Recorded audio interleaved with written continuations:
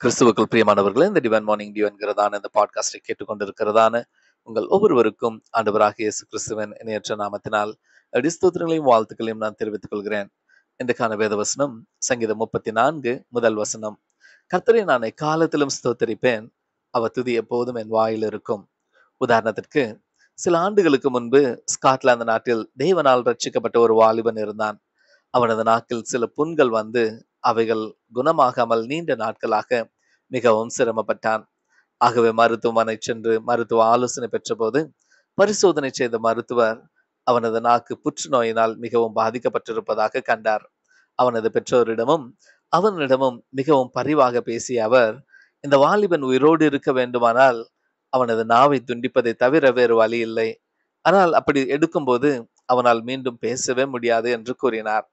அதை கேட்டு அதிர்ச்சியுற்ற பெற்றோர் அந்த வாலிபன் முகத்தை பார்க்க, அவன் அவர்கள் முகத்தை பார்க்க வேதனையோடு என்ன செய்வதென்று திகைத்த வேளையில் மருத்துவர் ஆபரேஷன் உடனடியாக செய்ய வேண்டும் என்று கூறினார். வெகு போராட்டத்திற்கு பின் பெற்றோர் ஒப்புக்கொண்டனர். ஆபரேஷனுக்கான நாள் குறித்து அதற்காக ஆயத்தங்கள் ஆரம்பமாயின. அந்த நாளும் வந்தது.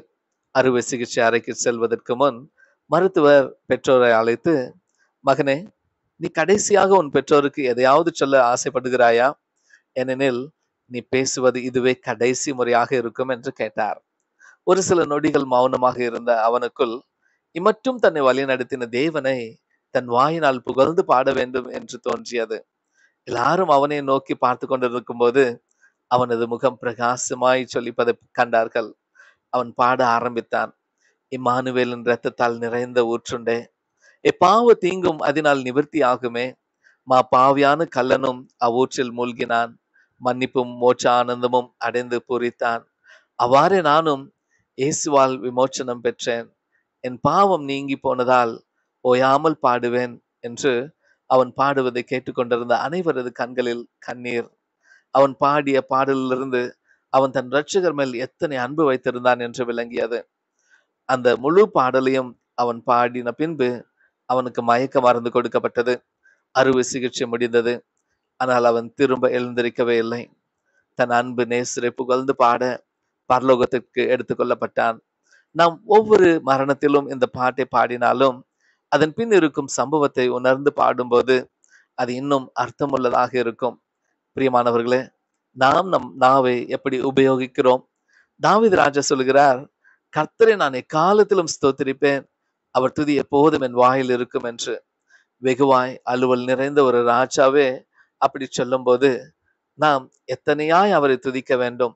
நம் வாயில் எப்போதும் கர்த்தரை துதிக்கும் துதி இருக்கும் போது கெட்ட சிந்தனைகளோ, கெட்ட யோசனைகளோ, கெட்ட செய்கைகளோ நம்மை நெருங்க முடியாது.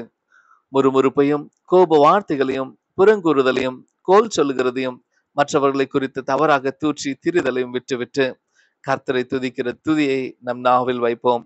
துதி பெருக பெருக கர்த்தருடைய கிருபை நம் வாழ்வில் பெருக ஆரம்பிக்கும். நம் வாழ்வு செழிக்க ஆரம்பிக்கும். நம் கண்களை மூடி நாம் ஜெபிக்கலாமா? எங்கள் அன்பின் பரலோக தகப்பனே, பழைய காலத்து பரிசுத்தவான்கள் தங்கள் அனுபவத்தின் மூலமாக பாடிய பாடல்கள் எங்களுக்கு இந்த நாட்களிலும் எத்தனை ஆசீர்வாதமாக இருப்பதற்காக உம்மை துதிக்கிறோம். எங்கள் நாவை நாங்கள் எப்போதும் உம்மை துதிக்கவும் உமக்கு நன்றிகளை எடுக்கவும் பயன்படுத்த கிருபை செய்யும். எக்காலத்திலும் கர்த்தரை துதிக்கும் துதி எங்கள் நாவில் இருக்க கிருபை செய்யும்.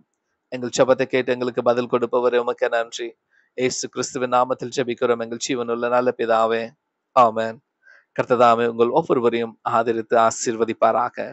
May God bless you all. Amen.